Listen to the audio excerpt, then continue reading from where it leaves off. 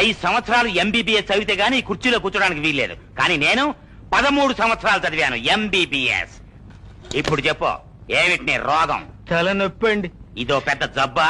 నొప్పి భరించలేక తలకాయ విసిరేయాలనిపిస్తుందండి. మీకింకా ఏమేం రోగాలున్నాయి నాయనా?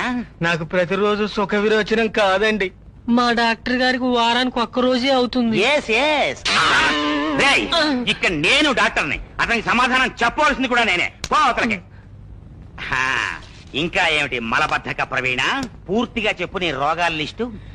కడుపులో నొప్పిగా ఉంటుందండి. క్యాన్సరే అయ్యుంటుంది. ఆయాసంగా ఉంటుందండి. ఆస్తమా అయ్యుంటుంది. ఒళ్ళంతా నొప్పులండి. గుండెల్లో కూడా వస్తుందా నొప్పి? ఓ వస్తుందండి. ఇన్ని రోగాలతో నువ్వు సంవత్సరం క్రితమే చచ్చిపోవలసిన వాడివి. ఎలా బతుకున్నావన్నదే నా డౌట్. నా డౌట్ కూడా అదేనండి. నీకు పెళ్ళయిందా? అయ్యిందండి.